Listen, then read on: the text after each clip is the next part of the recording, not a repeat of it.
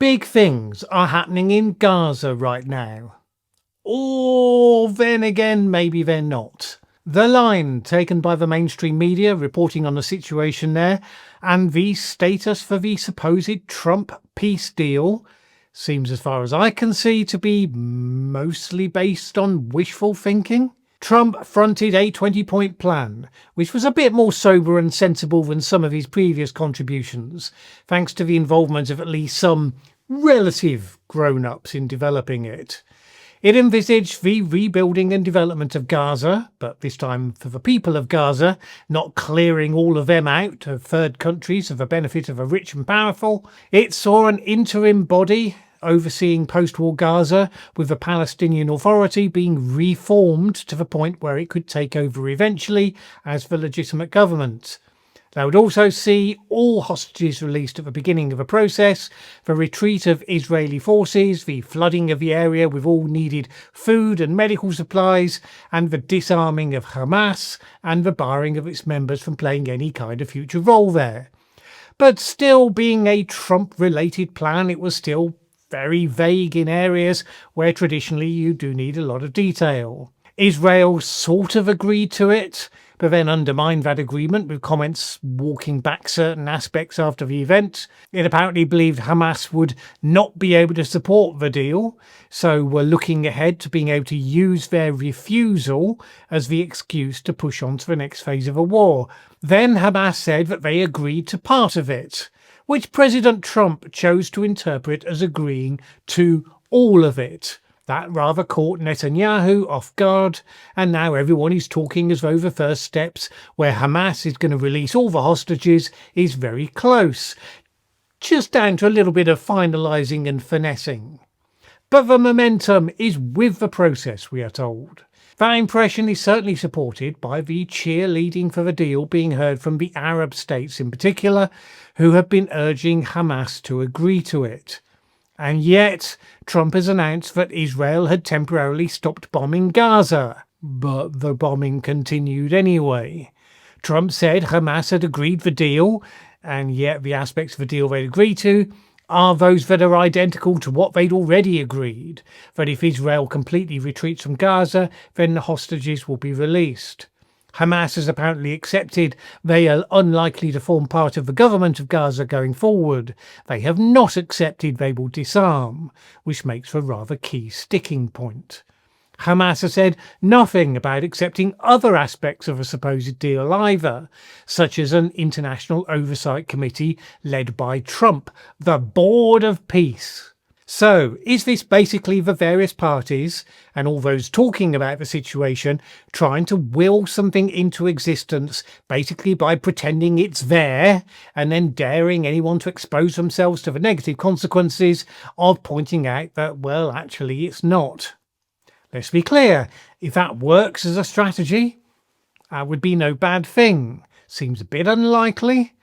But after the constant, relentless misery for all concerned of the last couple of years, a final resolution that might stick is something that is definitely in the interests of most people, with a possible exception of Netanyahu's government and the Hamas leadership. And the pain has spread far and wide, of course, with the echoes of Western culture wars often driving people into unequivocal support for one side or the other. Many people supporting Israel, to the degree of dismissing any suggestion that the massive civilian casualties and suffering that they've been inflicting was disproportionate, given the horrific nature of the inciting incident against them. Many other people supporting Palestinians, to the degree of refusing any engagement whatsoever with that horrific inciting incident, supporting aspects of extremism and genuine anti-Semitism. Some of all of this then turns into action, rising levels of hatred within communities, people threatening other people, and then of course lone wolf actions by those motivated by all of it, such as the horrific attack on a synagogue in Manchester, UK last week.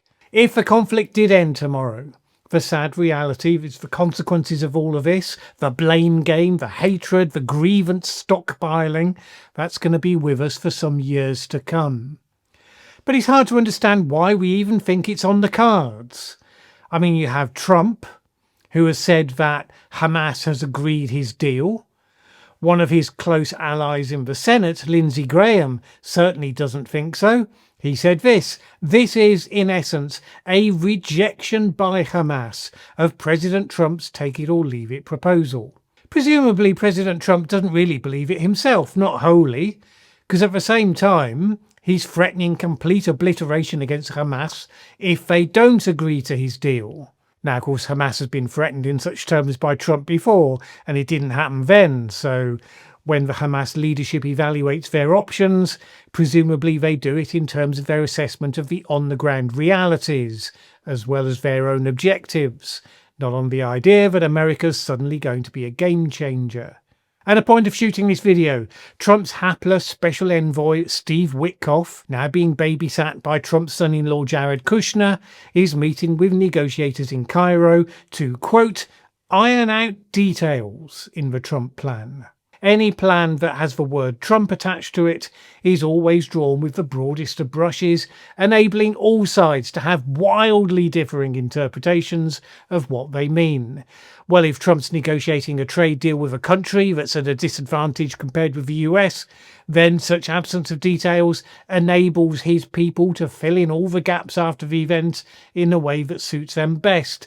Yeah, but obviously that's not a process that works in this scenario, even though both Netanyahu and the Hamas leadership are keenly trying to do just that. Meanwhile, Netanyahu is playing along with the Trump fantasy by announcing that the release of hostages is coming in just days. The more that assumption is accepted and the illusion of momentum taken as real, the more likely Hamas will feel pressured into accepting it as inevitable. But will they, though? Hamas has held on to those hostages for as long as they have, precisely because it has been their perception that once they're all released, they will have lost any leverage that they might have had. At that point, nothing stops Israel from just breaking any supposed agreement and moving fully and finally against them. Because what has Israel got to lose? They already have pariah status with most of the world, thanks to 2 years' worth of disproportionality in their actions against the civilians of Gaza. Don't tell them that Israel might lose Trump support and that somehow that would suddenly be a constraint, because Netanyahu has shown no constraint in going against Trump's instructions over the last couple of years. And after some light grumbling, Trump has always ended up lining up behind him. So you now have Israel saying that it accepts Trump's deal with caveats. You have Hamas saying that it accepts the proposals with caveats. The reality, as far as I can see, is that each side's caveats would, in any previous iteration where they didn't feel the need to pretend, thanks to this chess game of influencing Trump, they would be deal breakers.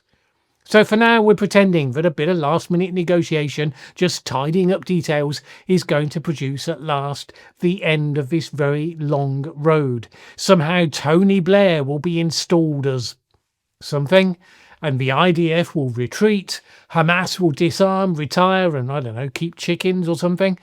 And surely at last, Trump will, by acclamation, finally get that Nobel Peace Prize. There may be things behind the scenes making it more likely than it appears. Right now, I can't say that I'm buying it. I'd happily be wrong. It's not a prediction I make because I have a preference for the world in the way that I'm describing it. It just feels like there's at least one more chapter of this yet to come before finally both sides will be exhausted enough to embrace the compromise of peace.